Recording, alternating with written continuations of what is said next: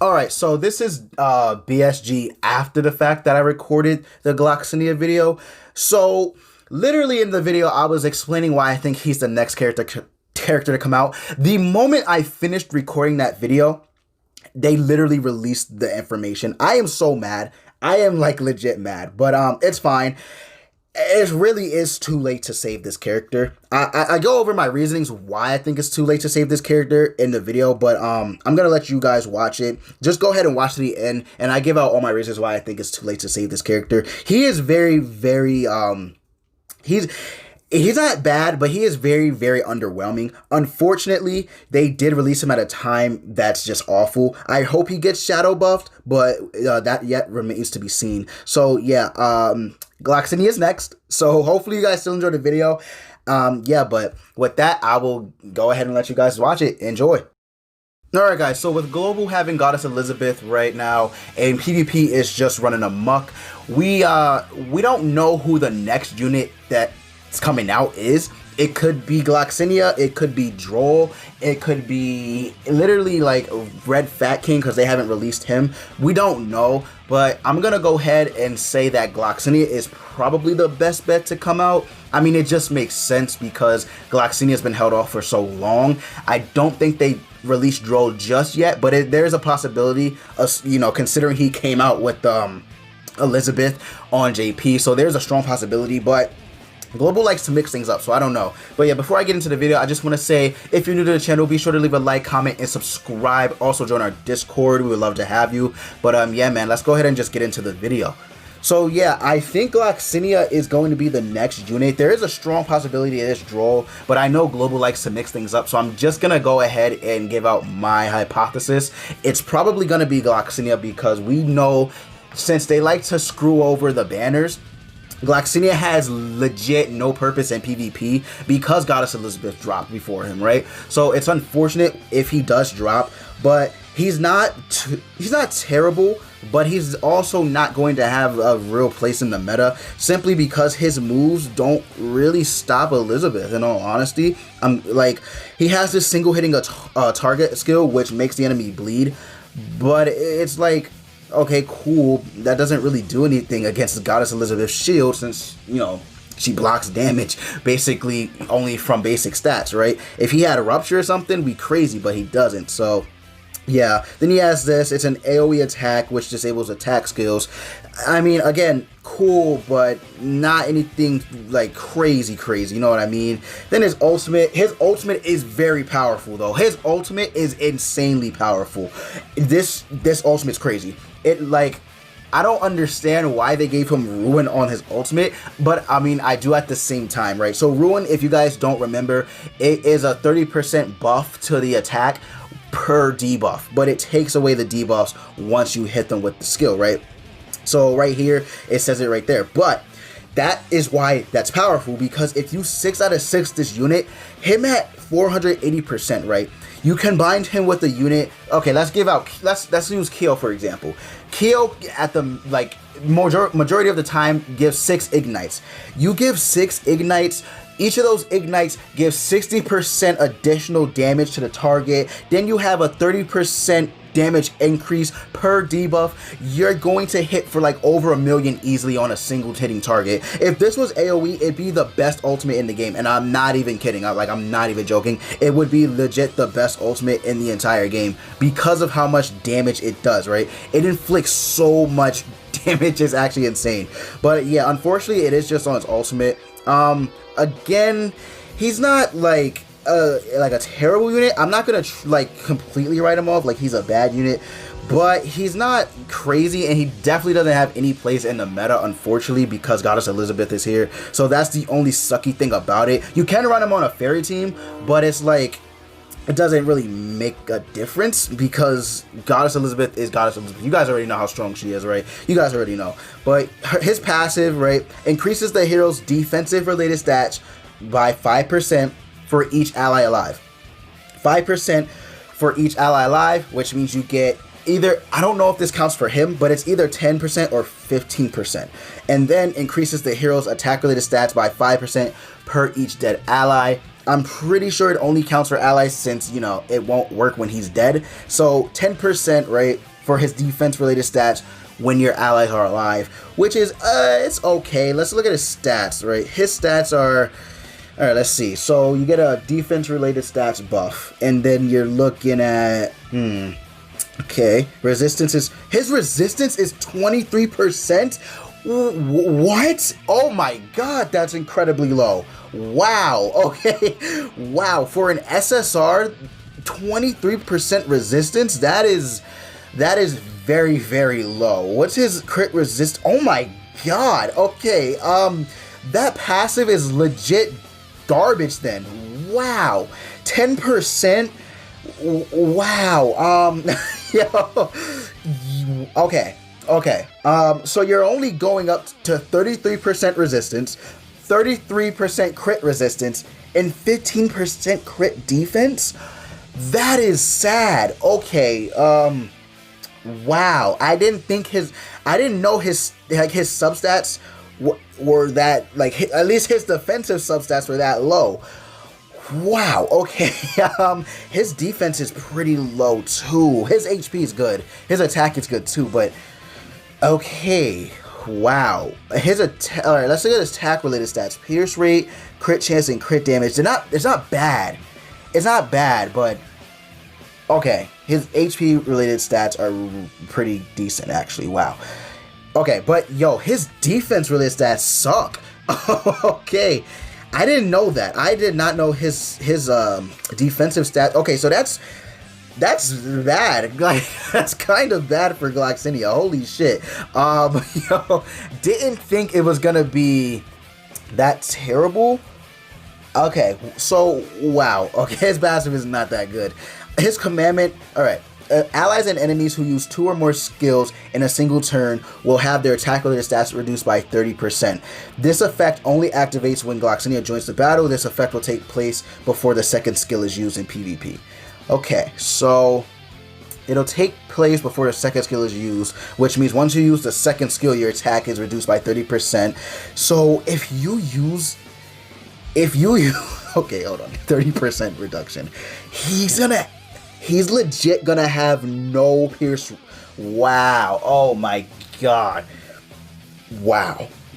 So you don't want to use, you do not want to use 2 attacks with Gloxinia. Why did, okay. I have to remember, he did come out before Goddess Elizabeth came out on JP originally, so his stats at the time probably weren't this bad, but considering where Global is at, this is very, very bad. This actually kills the unit. Wow, that actually might kill the unit because it's that bad. Oh my god. Okay, considering when you use him, you're most likely gonna face Goddess Liz too. And then if you use 2 or more skills, I know this accounts for the enemy, but like his substats aren't good. If his pierce rate was like at 70%, then it'd be like, okay, maybe. But that is legit going to put him at 0% pierce rate if he uses it. And then his crit chance, 53%, 23% crit chance. Wow. He is not gonna be good, man. He's not. Okay, holy crap. Alright, this is the green Gloxinia though. Alright, let's go to the red one. The substats may vary slightly, like just a little bit, but let's see the red one. Alright, so the red one might be a little better. Let's see. Alright, so what are his substats? 26% rather than the 24. He still has 23% resistance. Regeneration is up by legit 1%. His crit chance is up by, I think, 1%. His crit damage is up by at least 3%. And then his crit resistance and crit defense are exactly the same. And I think his recovery rate and life stars. Okay. Yeah, not a really good. I mean, oh man, oh, and his attack is worse. Oh my god, and his attack is even worse. The green one was at 5,300. He's at 5,060. He got a. Oh no! Oh no! Oh no! Gloxinia, what did they do? Why did they hold off on you? Why? And it's crazy because I like Gloxinia too. Oh, Gloxinia. Alright, but his skills are good, right? So he has Pierce Stick. This is crazy. This is actually really good. So, rank 2, AoE, again, 120% multiplier, allows the use of only rank 1 skills. That is good. That can actually cuck Goddess Elizabeth because then her shield won't be good. She won't be able to stun. This also cucks Galther because then he won't be able to, depending on which Galther they run, won't be able to attack disable you.